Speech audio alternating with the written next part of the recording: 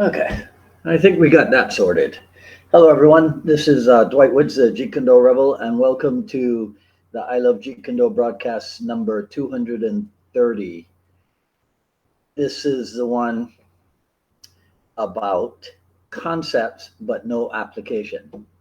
So you never know where an idea or a lesson for Jeet Kune Do might come from, right? So as you're logging in, if you'd be kind enough to say where you're logging in from, we're a couple minutes early because I don't know if you've seen the weather news, but it's going to be raining here in Florida probably for the next 48 hours or so.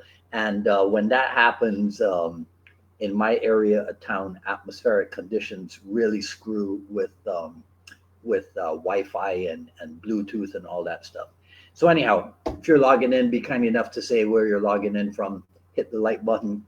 Feel free to continue doing so throughout the broadcasts. I don't think we were able to get our link up to the YouTube, so I'm probably going to have to go back and put this up on the YouTube channel because we're not live over there right now. But when you do see it on the YouTube, please be sure to like, subscribe, and hit the notification bell as well. If you enjoy my work and you'd like to support the program, please visit jkdrebel.com. Click on the Rebel Gear link. That's where you'll see stuff like this. The Jeet Kune Do, the 4 tenets of Jeet Kune Do t-shirt, available long sleeve, short sleeve, hoodie, sweatshirt, coffee mug, all that good stuff. But of course, the best thing you can do is to share this video and spread the word about the I Love Jeet Kune Do broadcast. Okay, so I'm checking in here. Tom Macalusa is here. Russell, Mark David Collins, and Jamie Disler. Okay, good. All right, the usual suspects.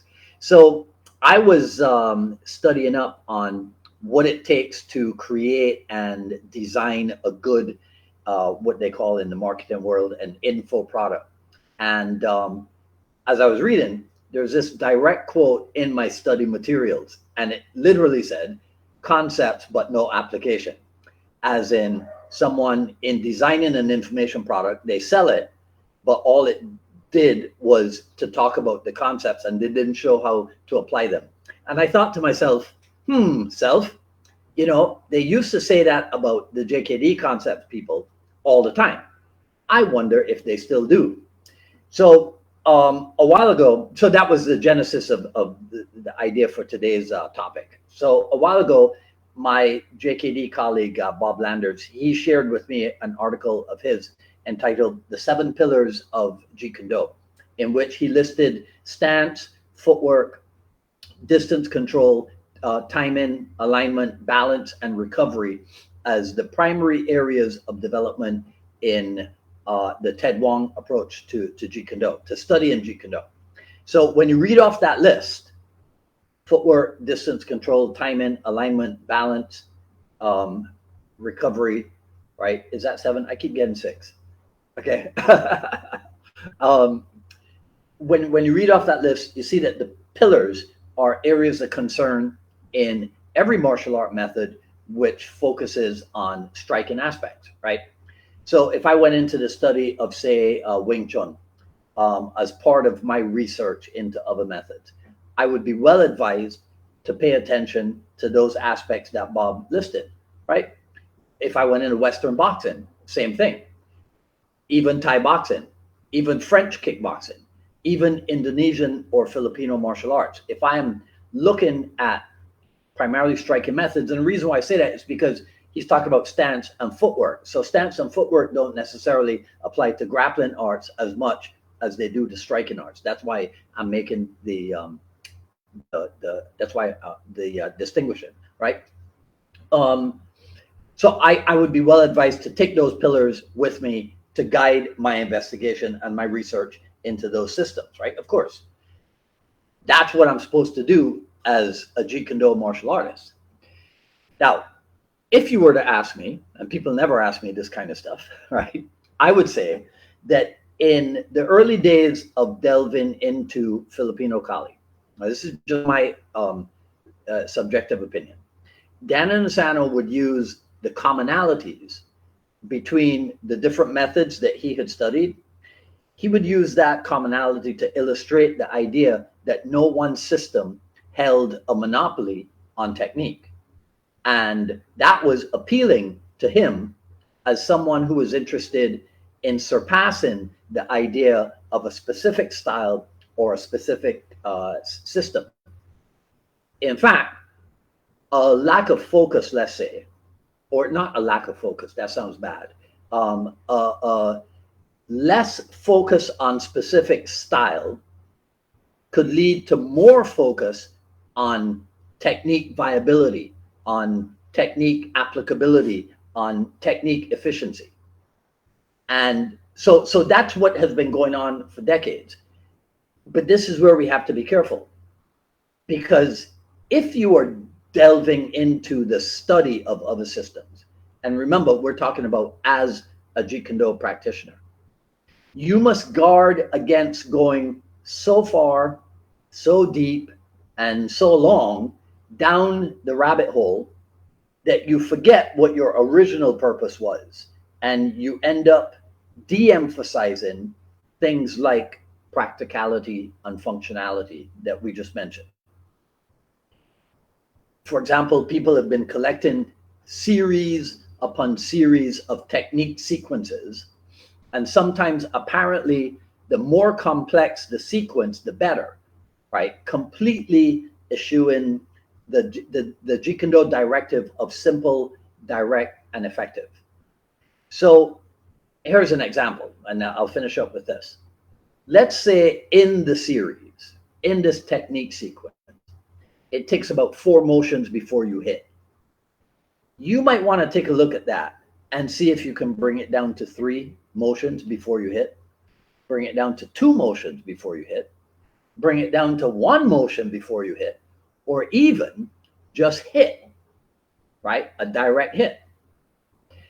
If in the series, a lot of the hitting is initiated with the rear hand or the rear leg, because let's say it's been adopted wholesale from a more conventional approach, a more traditional or even classical, I'll say conventional approach to kickboxing, then you might want to take a look at that and see when, where, and if you can modify what you're doing to make the lead weapon more prominent. These are the things that I'm talking about that have to be a concern if you assume or assign to yourself the label Jeet Kune Do concepts. These are the things that you got to be careful of, that you got to look out for. And what say you? Do you think this is a viable discussion? Right? Do you think I got it right, or what did I get wrong in any of this? Please let me know what you think in the comments below. That's all I got to say for this video. If you like what you heard, comment, rate, subscribe, hit the notification bell. Follow me on Twitter at Dwight Woods, on Instagram at Dwight D Woods. Now, I know I've always said on Instagram at Dwight D Woods, but the truth is I should have been saying Dwight D period Woods, because that was actually my Instagram handle. So now it's back at Dwight D Woods, no period. But I have no idea if it makes a difference or not. But I'm slowly coming back up on Instagram. I still might change the whole thing to JKD Rebel. I don't know yet. Right? The Jeet Kune Do Journey Volume 1 still available over at paypal.me and paypal.me/UnifiedMA Miami. And I think I just froze myself. It's possible. Yes, I think I did. That's okay. We're almost at the end. I'll reload here for